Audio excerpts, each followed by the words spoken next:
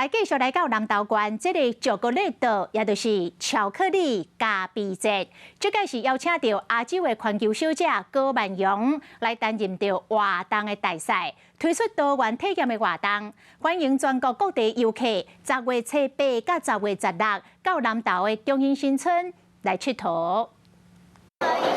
现场经过布置，让气氛热烈滚滚。在咧遮，可当闻到点心的香味，让大家先感受到南投巧克力岛咖啡节的氛围。你们可以看到有很多主题的野餐活动，然后也有很多限定商品，这是我很期待的。南投巧克力岛咖啡节2年前头一摆举办，大家拢感觉办了袂歹。这摆县府搁一摆邀请40多间业者参加，品质受到消费者肯定。原本台湾常年种植茶导致土壤酸化，所以我们要把它整个酸化的土壤变成适合种植咖啡。活动为10月7日世界咖啡节开始软身，到达南投世界地美博览会做伙举办，不设6大主题园区，四周围有多元的活动和体验的课程，也推出联名限定商品，销给好民众参。